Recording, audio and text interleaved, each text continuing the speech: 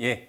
앞서서 창업에 대해서 어떻게 해야 하면 실패하더라. 그리고 이런 생각들을 하신 분들이 좀 실패를 많이 하시더라. 라고 이제 간단하게 예를 들면서 말씀을 드렸고요. 2부에서는 트렌드를 한번 어떻게 흘러왔는지를 분석을 하면서 그럼 내가 어떤 아이템을 찾아야 할지 간단하게 한번 매칭을 해보는 그런 시간을 좀 가져보도록 하겠습니다.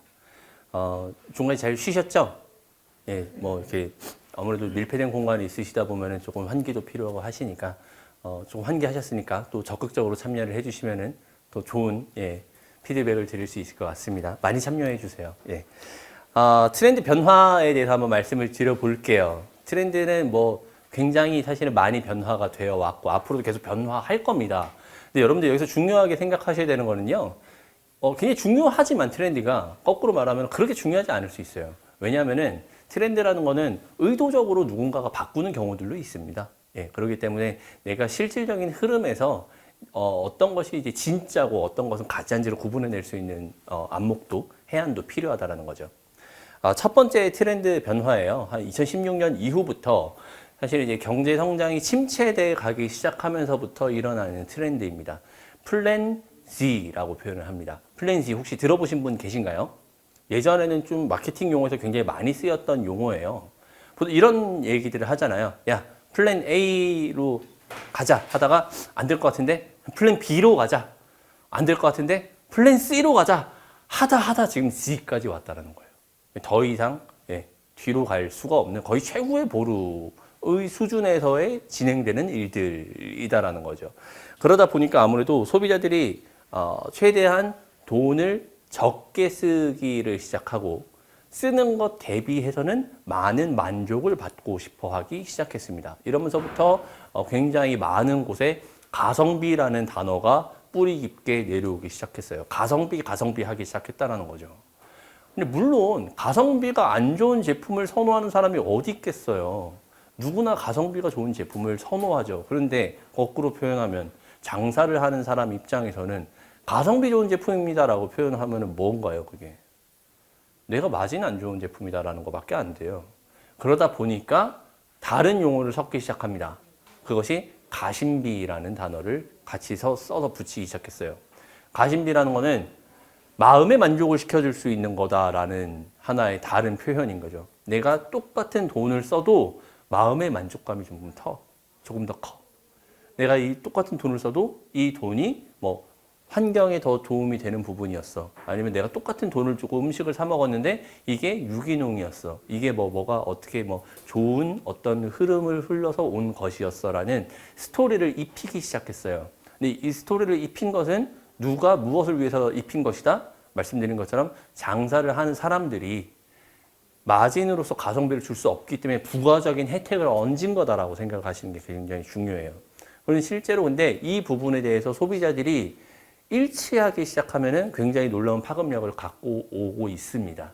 그렇기 때문에 플랜 Z로 간 소비자들을 어떻게 하면 만족시킬 수 있을 것인가에 대한 부분을 함께 고민을 해야 한다는 거죠. 그래서 여러 가지 이제 이유들이 있는데요. 하나를 구매하더라도 만족할 수 있어야 한다. 첫 번째 이제 친환경이라든지 유기농이라든지 이런 아우를 수 있는 그런 부분들에 대한 이슈가 일어왔고요. 그리고 작은 금액으로 사치를 누릴 수 있는 제품이 각광을 받기 시작했습니다. 역시 마찬가지로 스몰 럭셔리, 작은 사치라는 단어와 함께 이어져 온 트렌드예요. 작은 사치라는 것이 트렌드로 부각되면서 사실은 디저트 시장이 엄청 커졌었어요. 내가 500만 원 주고 명품백은 살 수 없지만 5만 원을 주고 디저트계의 명품은 사 먹을 수 있어. 라는 대안을 마련한 꼴인 거죠. 그것을 소비자들이 굉장히 열광하고 환호했습니다. 어디서? SNS에서. 그래서 이런 것들을 굉장히 사실은 실제로 소비자들이 이렇게 원했기 때문에 시장이 이렇게 흘러갔구나라고 생각하실 필요 없어요. 소비자들이 원해서가 아니라 말씀드린 것처럼 장사를 하는 사람들이 기업들이 의도적으로 만든 것이다라는 생각도 가지셔야 돼요. 부가적으로는 그럼 내가 어떻게 더 만들 수 있을까까지 생각하셔야 돼요. 여러분들은 창업을 하셔야 되는 입장이니까. 예.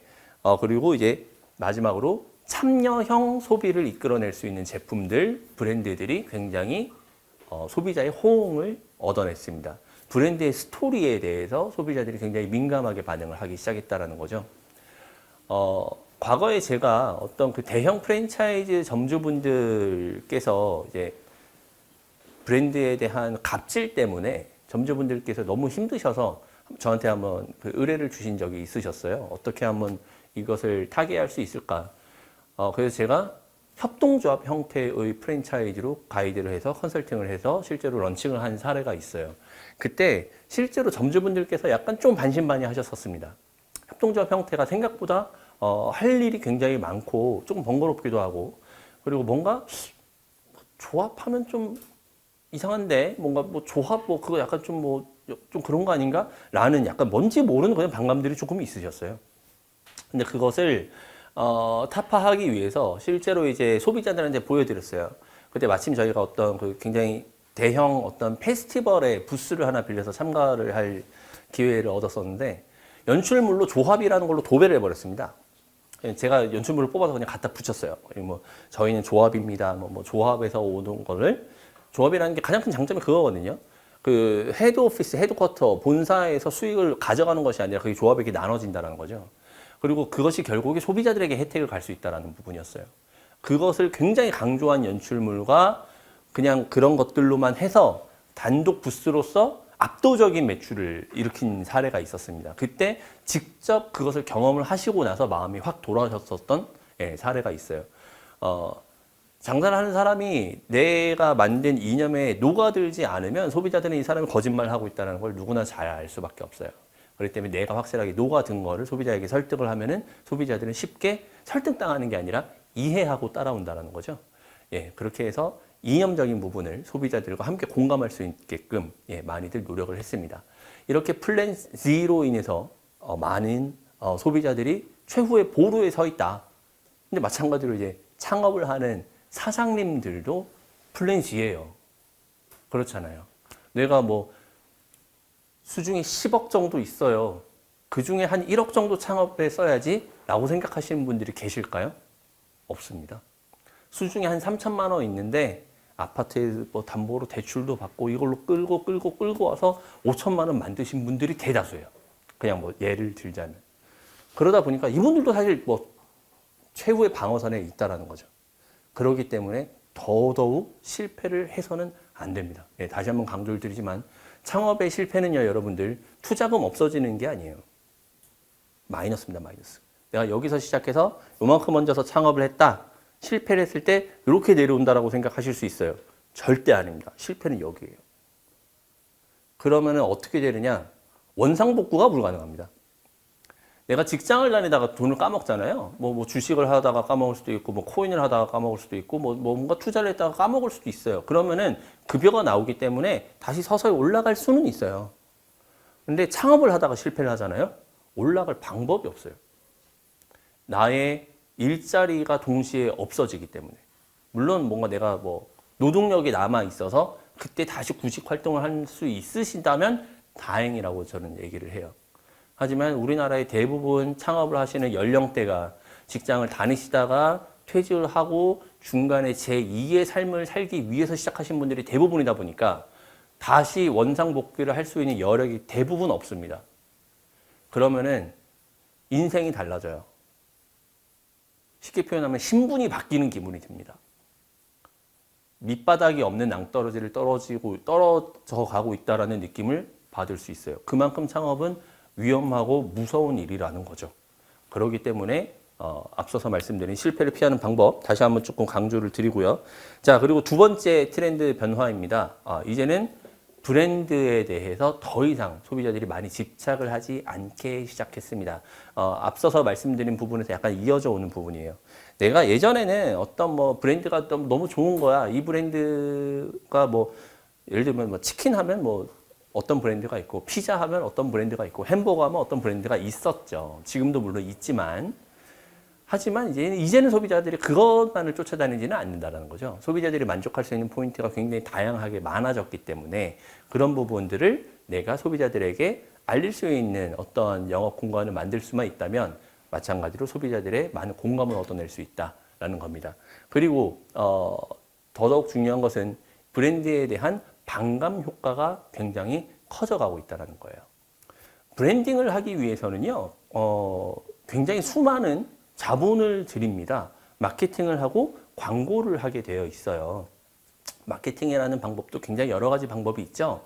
여러분들이 이제 바이럴 마케팅이라는 단어를 굉장히 많이 들어보셨을 거예요. 바이럴 마케팅이라는 단어의 어원은 바이러스와 오랄의 합성어입니다. 입으로 전해지는 바이러스와 같은 전파력을 가진 그런 마케팅이라는 뜻이에요. 바이럴 마케팅. 그래서 처음에 바이럴 마케팅은 어떻게 시작했냐? 댓글 등으로 시작을 했습니다. 이거 내가 써보니까 좋던데요. 옆집 아줌마한테 내가 얘기하는 게 아니라, 아는 사람이 얘기하는 게 아니라 전혀 모르는 제3자가 좋다고 얘기하는 거를 보면서 이게 좋은 건가? 라고 생각을 들게 하게끔. 체험형 마케팅이라고 표현을 하죠. 그렇게 시작을 한 것이 이제 맘카페가 돼서 지금은 이제 SNS 채널까지 자리를 잡았죠. 근데 이제는 소비자들이 이거 광고네라고 다 알아요. 예전에는 그게 먹히는 시대도 있었어요, 물론. 이제는 이제 광고라는 걸 알아요. 그러다 보니까 어떻게 하기 시작했습니까? 광고가 아닌 척 하기 시작했어요. 그러면서 이제 한 몇 년 전에 이제 뒷광고 논란이 굉장히 많이 일었었죠. 그런 사례가 한번 임팩트가 오면은 반감이 오히려 더 심해진다라는 거예요. 뭔가 이제 믿었던 거에 내가 배신을 느꼈다라는 부분에서 소비자들이 오히려 한 번 뒤돌아선 소비자들이 다시는 돌아가지 않는 길이 또 강해졌다. 예, 그렇게 이해를 하시면 될 것 같아요. 과거에 이제 옥시라든지 P&G 그리고 이제 미스터 피자라든지 여러 가지 이제 프랜차이즈 오너들에 대한 갑질 행태, 폭행, 다양한 논란들이 일어나면서 이제는 소비자들이 이것을 불매 운동으로 우리의 의견을 표시해야 된다, 표현해야 된다라고 직접 움직임이 시작되었다라는 거죠. 예.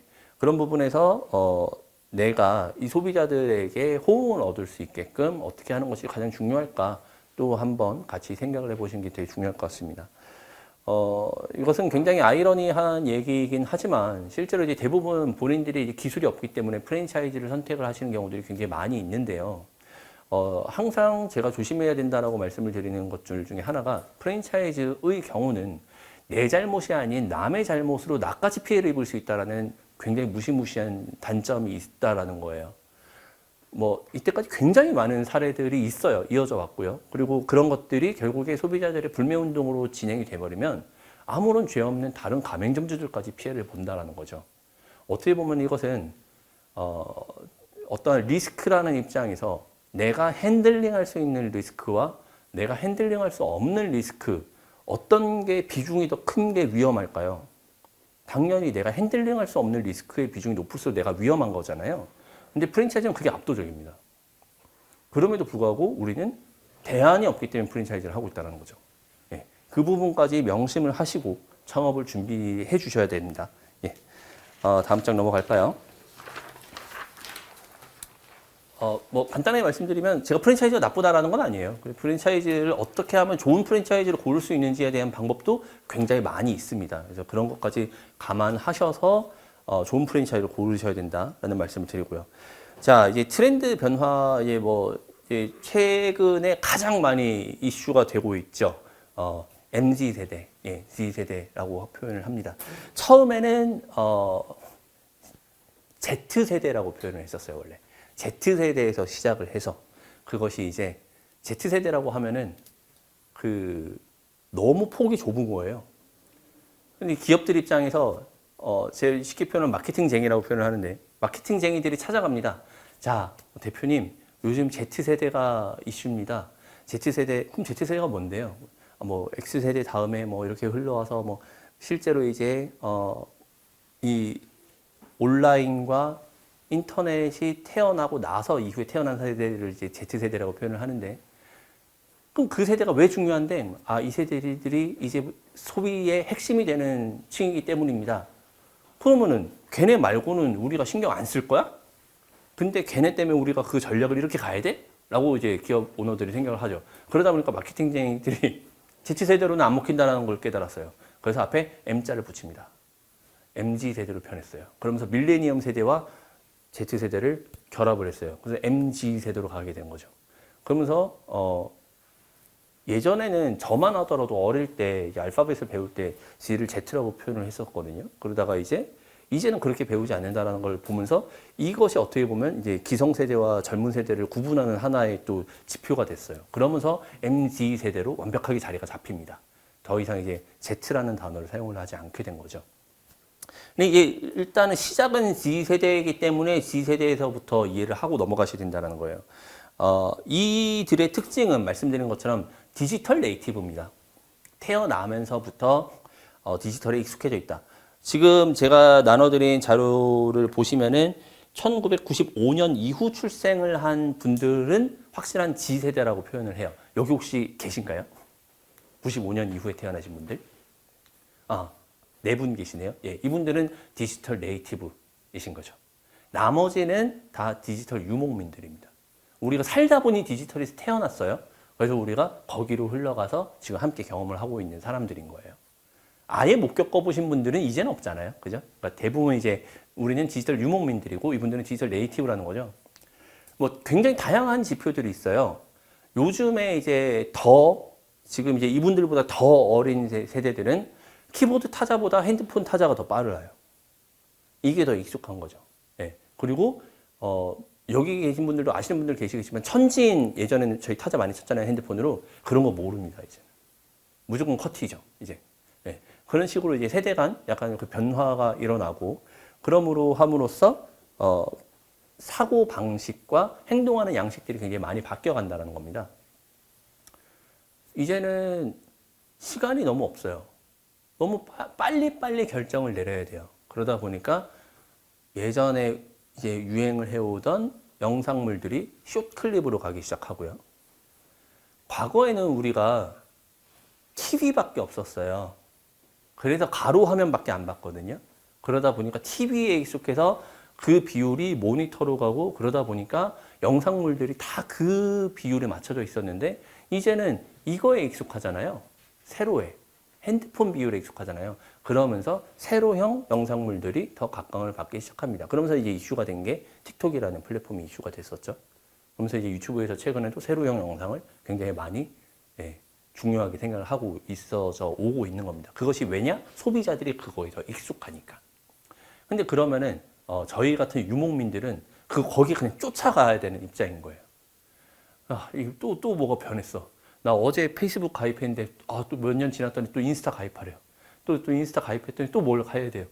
나는 적성상 SNS 하는 거 잘 모르겠고 잘 왜 해야 되는지도 모르겠고 재미도 없어서 그냥 예전에 가입만 했다가 잘 안 해요. 라는 얘기들도 굉장히 많이 하세요.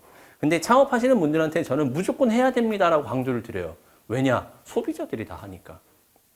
내가 하진 않아도 할 줄은 알아야 된다라고 강조를 좀 많이 드리는 편입니다. 그래서 여러분들도 그런 생각들 많이 하시는 분들도 계실 것 같아요. 예, 저만 해도 그래요. 예. 하지만 소비자들을 알려면은 소비자들이 하는 거는 일단 다 해보셔야 된다. 예, 라는 말씀을 드립니다. 지금 세대 간, 계층 간 하는 것들이 굉장히 많이 다르거든요. 근데 나의 타겟인 소비자만 알면 돼요. 예, 여러분들이 뭐 전 세대를 아우르는 아이템을 하실 건 아니기 때문에 내 타겟의 어떤 것을 가장 중요한지만 한번은 찝고 넘어가시면 되고요. 하지만 G세대와 MZ세대에 대해서 강조를 드리는 이유는 아까 말씀드린 것처럼 메인스트림이 그들을 위해서 바뀌어가고 있기 때문에 대다수의 타겟층들이 거기로 흘러갈 수밖에 없다는 거죠. 그렇기 때문에 한 번은 이해를 하고 넘어가셔야 된다라는 말씀을 드립니다. MZ세대에 대한 특징을 굉장히 많이들 강조를 합니다. 우리나라, 대한민국의 입장에서는 그 MZ세대의 특징 중에 하나는 뭐냐면요. 가파른 경제 성장을 느껴본 적이 없다는 데 있습니다. 예전에는 열심히 돈 벌어서 모아서 집 사고 가정 꾸려서 자식들 결혼시켜 보내고 일찍 은퇴를 할 수 있는 시대도 있었어요. 물론 그만큼 굉장한 노력이 필요했지만 경제 성장률이 뭐 4%, 5% 막 넘어갔었으니까요. 하지만 지금은 그렇지가 않아요.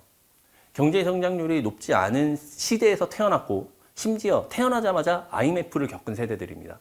그래서 약간 비관적인 부분들이 섞여 있어요. 그래서 이런 부분들 때문에 돈 벌어서 뭐해.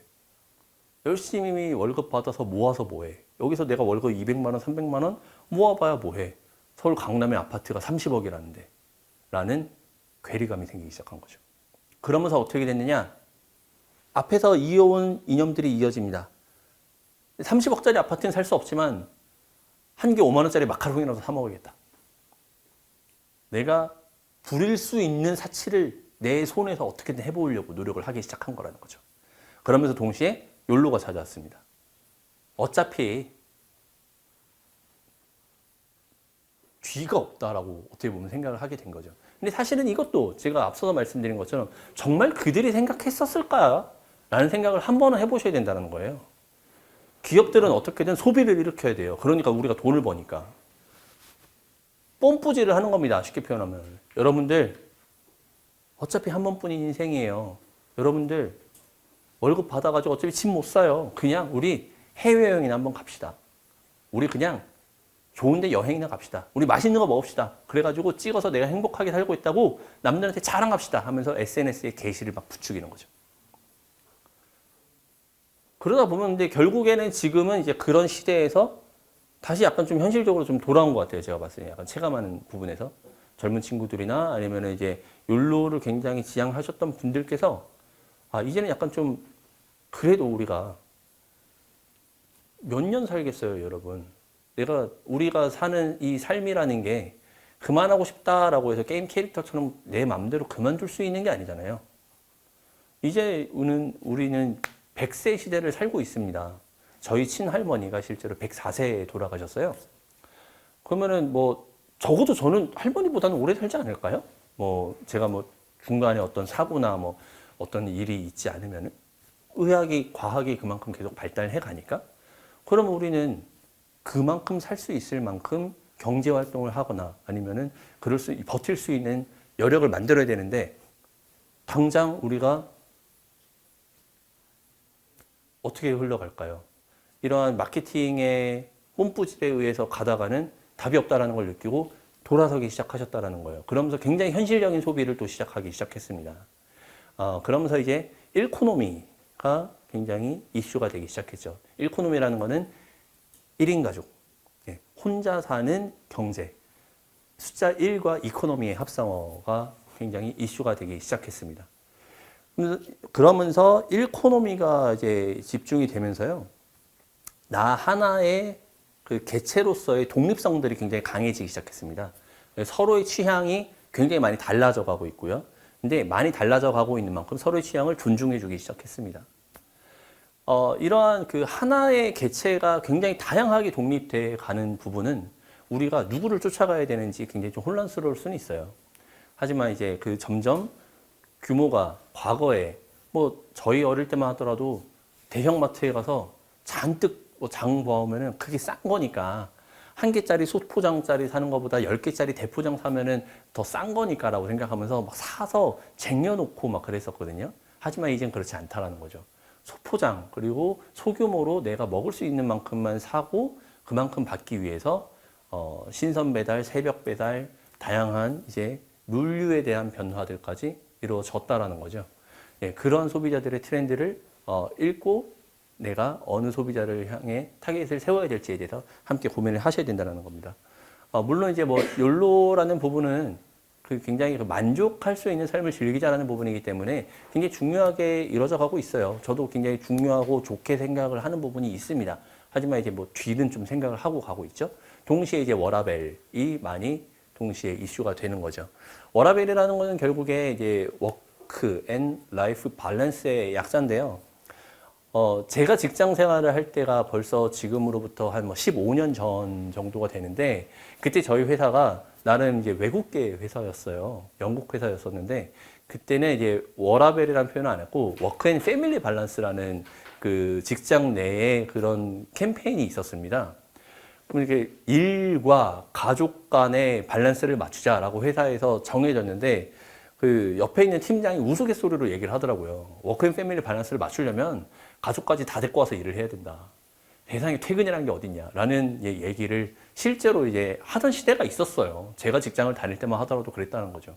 저도 이제 유통업에서 일을 특히나 했었다 보니까 명절에는 이슈거든요. 대목이에요. 그래서 명절 때 더 바쁘고 주말에 매출이 더 많이 나오거든요. 그래서 주말에 더 바쁘고 뭐 약간 그런 거꾸로 된 삶을 저도 살았었어요. 하지만 이제는 그렇지 않죠. 여러분들도 마찬가지고 저도 그래요. 저도 가족과의 삶이 굉장히 중요하고 여분의 시간을 어떻게 보낼까가 굉장히 중요합니다. 그렇기 때문에 그 시간을 우리가 그럼 어떻게 만족시켜 줄 수 있을까라는 생각을 하면서 나의 사업체를 꾸며갈 수 있을 것 같아요.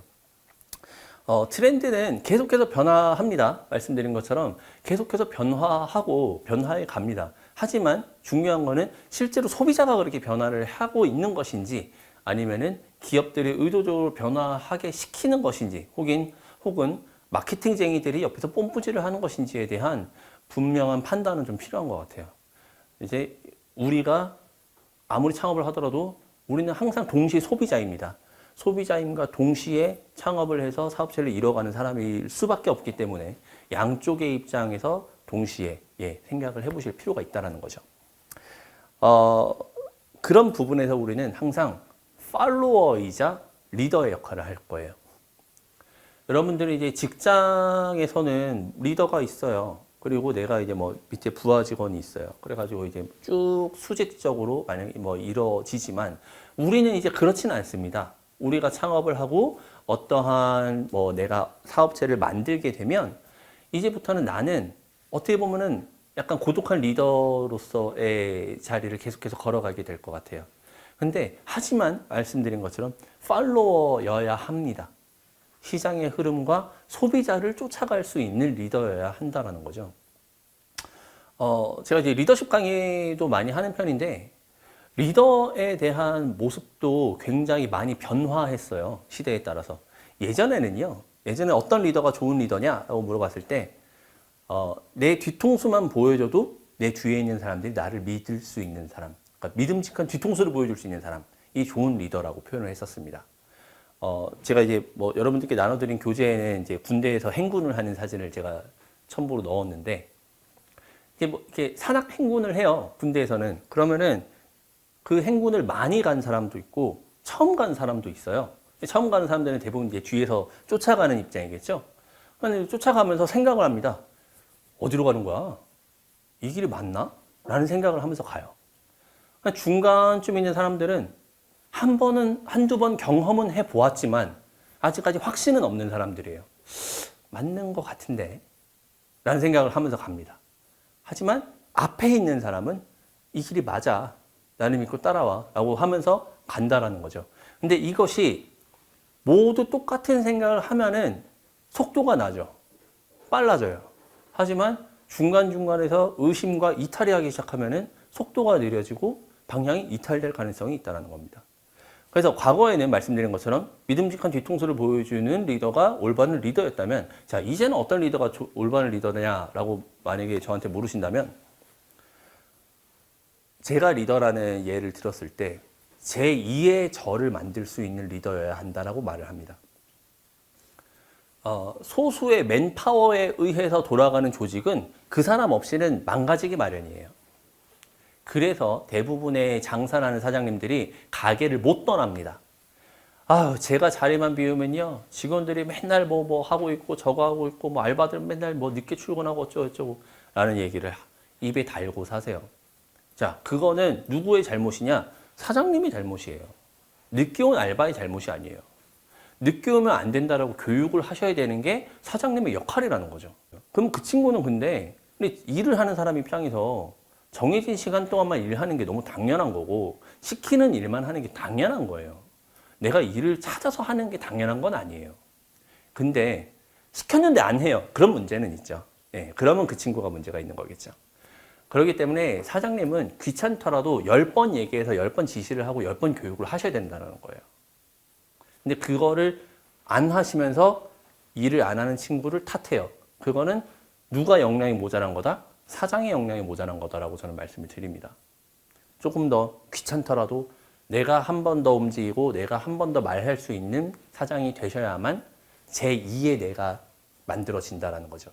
그래서 나와 똑같은 생각을 하는 직원을 만드는 것, 그것이 이 시대에 가장 필요한 리더가 아닌가라는 생각을 해요. 그래야만 리더가 편해지기도 합니다. 그래야만 여러분들이 하루 휴일이라도 가지실 수가 있고 여름에 겨울에 가족과 휴가라도 한번 떠나실 수가 있는 거예요. 자영업자들은 365일 동안 가게에 묶여 있습니다. 벗어날 수가 없어요. 감옥과 같은 답답함을 느낄 때가 있어요. 그리고 그 작은 공간에 갇혀만 있다 보니까 바깥 세상을 모르고 돌아가시는 분들이 많아요.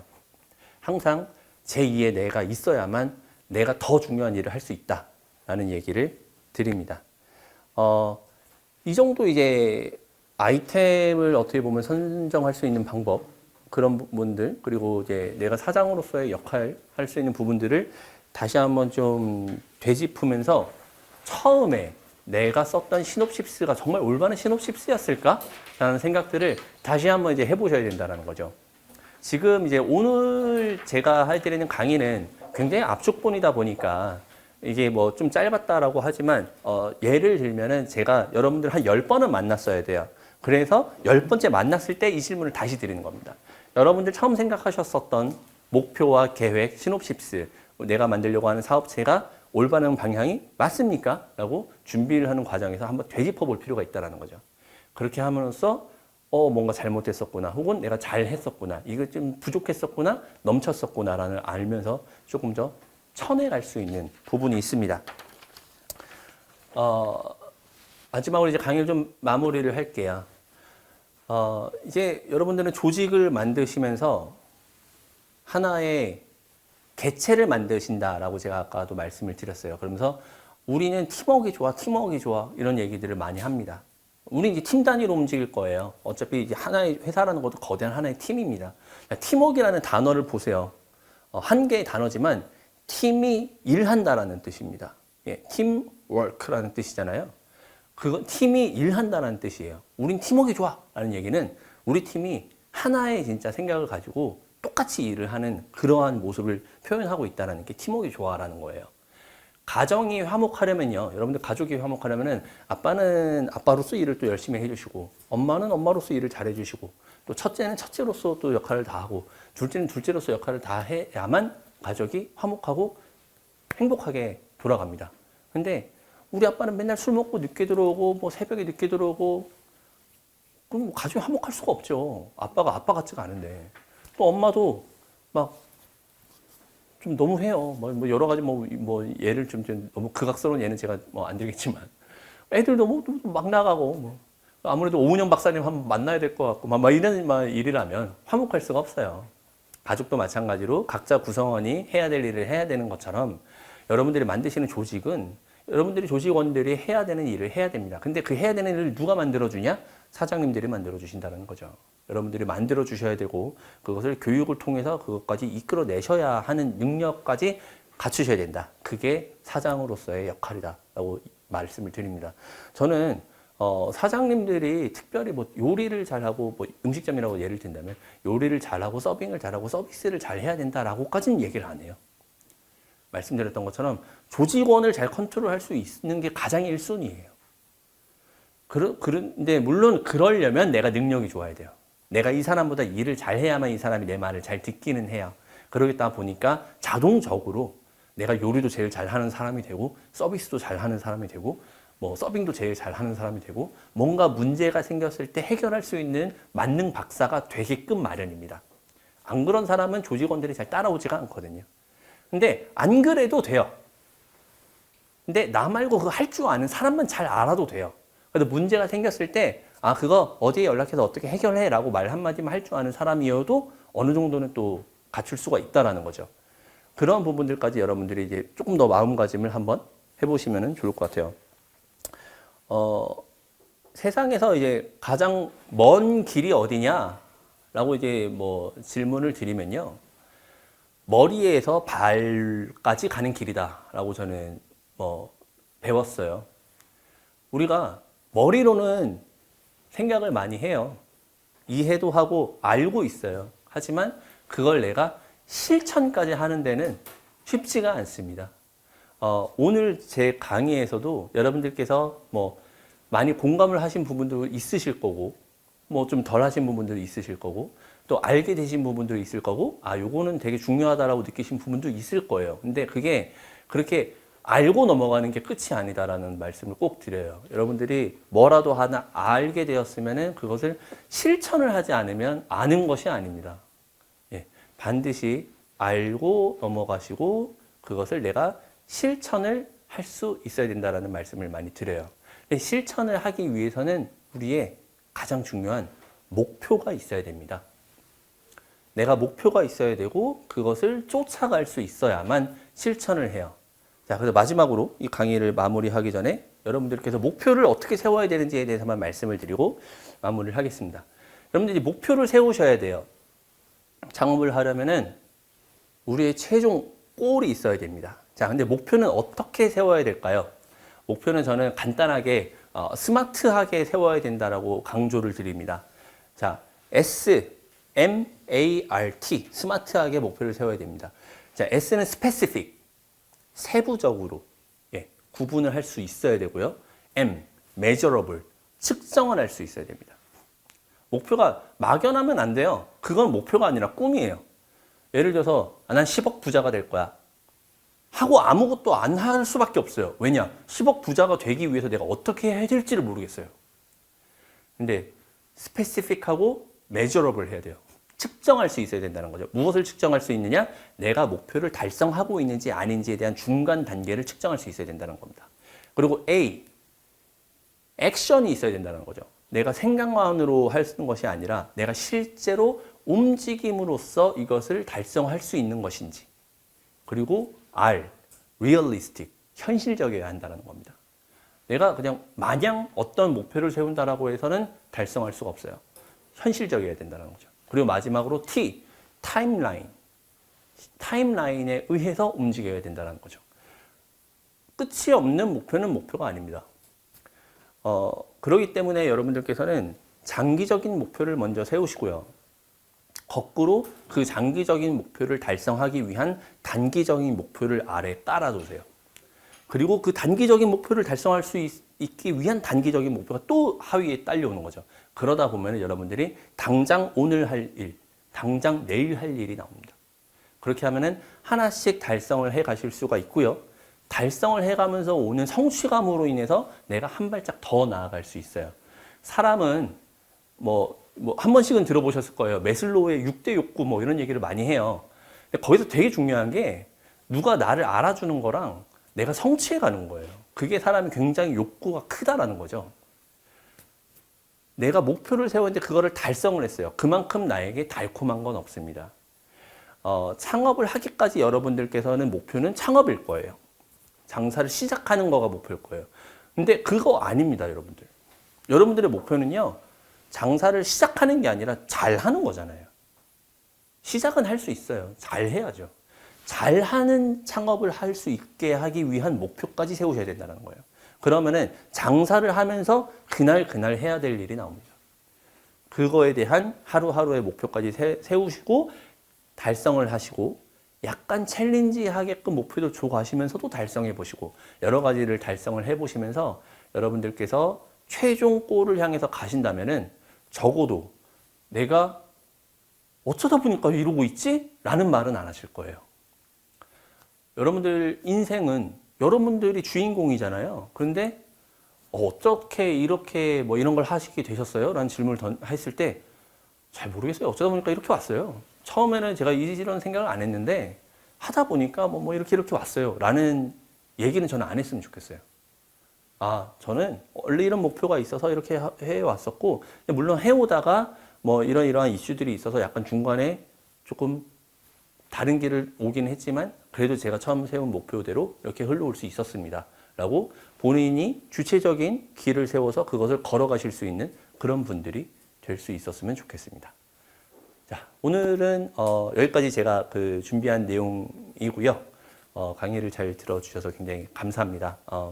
마지막으로 혹시 질문이나 궁금하신 점이 있으시면은 강의와 상관없는 내용이라도 질문을 주시면은 제가 답변을 해드릴게요. 있으실까요? 예.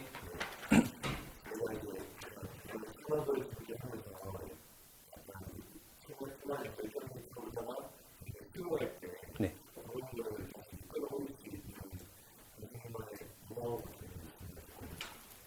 예. 그것이 사실은 제가 마지막에 말씀드린 그 단기 목표와 좀 연관이 있을 것 같아요. 그래서 그 힘을 잃는 이유는 나의 목표가 너무 멀리 있다고 느껴지고 내가 이걸 못할 것 같다고 느껴지기 때문에 힘을 잃는 거거든요. 근데 게임 캐릭터를 예를 들면 레벨 1에서 시작해서 한 번에 100으로 가는 일은 없잖아요. 2, 3, 4, 5, 6, 7, 8, 9, 10을 채워야 되는 건데 그것을 채우는 걸 스스로 하셔야 된다는 거예요. 단기 목표를 부과를 해야 되는 게 되게 중요하다는 말씀을 드리는 건데요. 요거는 그냥 제가 뭐 제 얘기를 약간 비롯해서 말씀을 드리면은 저는 제 목표가 30대, 그러니까 30에 딱 제가 목표를 세웠었어요. 어떤 목표가 있었냐면 내가 40이 되면, 제가 올해 42살입니다. 내가 40이 되면 남들 앞에서 강의할 수 있는 사람이 됐으면 좋겠다라는 생각을 했어요. 왜 그런 생각을 했냐면 저는 이제 그 기획부서에서 일을 했는데 매일 하는 일이 보고서 쓰고 뭐 분석하고 뭐 이런 일들이었어요. 근데 항상 엑셀과 PPT를 달고 살았습니다. 그래서 장난스럽게 너는 직업이 뭐냐? 라고 물었을 때 나 PPT스트, 엑셀러 이렇게 얘기를 했어요. 그러니까 뭔가 직업이 없는 듯한 느낌을 굉장히 심하게 받았어요. 그러니까 단순히 회사원이라고 쓰는 거는 내 직업이 아닌 것 같다는 느낌이 되게 강했어요. 그래서 그때 약간 위기감을 느끼면서 나는 그러면 어떤 삶을 살아야 될까? 직업을 가져야겠다. 내가 어떤 회사를 다니는 게 내가 내 인생의 목표지 않았는데 직업이 있어야 되지 않을까? 라는 생각을 하면서 곰곰이 생각을 했어요. 제가 어떤 거를 잘하고 어떤 걸 좋아하는지. 근데 저는 이런 일을 굉장히 좋아해요, 실제로. 그래서 내가 40이 되기 전까지는 준비를 해서 강의를 할 수 있는 사람이 됐으면 좋겠다. 그럼 거꾸로 생각을 한 거죠. 그럼 남들 앞에서 강의를 하려면 내가 어떻게 해야 될까? 일단 유명해져야 될 것 같은 거예요. 유명해져야 되고, 그리고 어떤 한 분야에 대해서 전문가가 돼야 될 것 같다는 생각이 들더라는 거죠. 그럼 내가 어떤 분야의 전문가가 될 수 있을까 생각을 했더니 제가 분석이라든지 이런 걸 잘했어요. 그리고 비즈니스 모델을 만드는 일을 잘했어요. 그러면은 이게 필요한 사람들한테 내가 컨설팅을 하고 여러 경험을 쌓으면은 그렇게 갈 수 있지 않을까라는 생각을 하면서 그것을 하기 위해서 직장을 그만뒀습니다. 그리고 컨설팅을 하기 시작하고 하나씩 밟기 시작했어요. 그래서 최종적으로 제가 39살 때 2년 전이죠. MBC 명사특강에 출연을 했었습니다. 그러면서 저는 제 목표를 1년 당겨서 성취했다라고 스스로에 대한 굉장히 자부심을 갖게 될 수 있었던 계기가 있었던 것 같아요. 근데 이제 그러고 나서 코로나가 터지면서 강연계가 확 축소가 됐어요. 그런데 제가 또 강연만 하면서 먹고 살 수는 없잖아요. 저도 가족이 있으니까. 그러면서 그럼 또 어떤 걸 제가 잘할 수 있을까 하면서 새로운 목표를 세우고 또 그것을 달성하기 위해서 또 같이 가고 있어요. 그 과정에서 저도 굉장히 가능할 수 있을까라는 생각을 많이 했어요. 뭐 갑자기 제가 생뚱맞게 강의를 한다라고 했을 때는 직장에서 동료들도 굉장히 사실은 쉽게 공감할 수 없는 목표였었던 것 같아요. 하지만 어떻게든 그걸 달성하려고 제가 정말 세부적으로 다 내려왔습니다. 그래서 그 이제 목표를 세우는 방법을 스티어링 휠을 만든다라는 표현들을 하는데요. 가운데 커다란 목표를 세워 놓으시고 이렇게 시간표 쪼개듯이 이렇게 원을 내리잖아요. 처음에는 한 4개 정도로 만들어요. 겉에 커다란 원을 하나 더 만들어서. 그래서 이것을 달성하기 위한 커다란 4가지를 씁니다. 뭐 시간과 뭐 자본과 뭐 여러 가지가 있겠죠. 나의 기술과 여러 가지. 그리고 그것을 또 4가지로 나눠요. 이거를 달성하기 위해서 내가 뭘 해야 되고, 이거를 달성하기 위해서 내가 뭘 해야 되고, 그리고 그 끝에 있는 것들을 하기 위해서 내가 하루하루 해야 될 것들을 적습니다. 그리고 이것을 얼만큼 해야 되는지에 대한 목표량을 하루, 한 달, 분기, 반기, 연간으로 적습니다. 그렇게 해서 내가 그걸 달성하고 있는지 안 하고 있는지를 일일이 체크를 하고 그때 다시 한번 리뷰를 했어요. 이거는 내가 굉장히 잘하고 있구나. 이거는 부족하구나. 이건 내가 계획 세울 때 뭣도 모르고 세웠던 거였구나. 이거는 바꿔야겠다. 없애야겠다. 더 넣어야겠다. 수정해야겠다. 하면서 그거를 계속해서 디벨롭하는 거죠.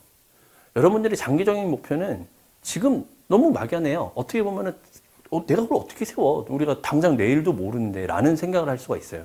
그러니까 중요하지 않아요. 바꾸면 됩니다. 하지만 말씀드린 것처럼 체크를 하고 리뷰를 하면서 바뀌는 것과 해보니까 아닌 것 같은데 딴 거 해야겠다 하면서 바꾸는 거는 굉장히 큰 차이가 있을 것 같아요. 그렇게 해서 단기적인 목표를 만드셔서 달성을 해가시면은 조금은 힘이 덜 빠집니다. 물론 굉장히 힘이 빠질 수밖에 없어요. 거의 마라톤보다 더 힘들어요. 창업을 하기까지는. 조력자가 필요하고 동료가 필요하고 나의 굳은 심지가 필요하실 거예요. 이제 일단 단기 목표를 세우시고 제가 현실적으로 해드릴 수 있는 방법은 단기 목표를 세우시는 방법을 말씀드리는데 두 가지는 조력자와 동료를 찾으시는 게 사실은 더 필요하실 겁니다. 예. 제가 이제 항상 이제 강의를 하면서 질문을 받을 때 거의 대부분 사실 질문이 없어요. 질문이 없는 이유가 보통 두 가지거든요. 첫 번째는 이제 제가 강의를 너무 잘했거나 아니면은 너무 잘해서 이제 질문할 게 없을 만큼 강의를 잘했거나 아니면은 강의를 너무 못해서 더 이 사람한테 물어볼 게 없겠다라고 느꼈을 경우인 것 같아요. 근데 다행스럽게 뭐 질문도 해주셨고 질문이 적은 이유는 그래도 강의를 잘했다라고 생각을 제가 할 수 있게끔 여러분들이 뭐 박수라도 크게 쳐주시면은 제가 마음의 위안을 가지면서 예, 강의를 마무리하겠습니다. 강의 뭐 감사하게 들어주셔서 감사하고요. 예, 여러분들의 최종 골을 달성하실 수 있게 기원하겠습니다. 감사합니다.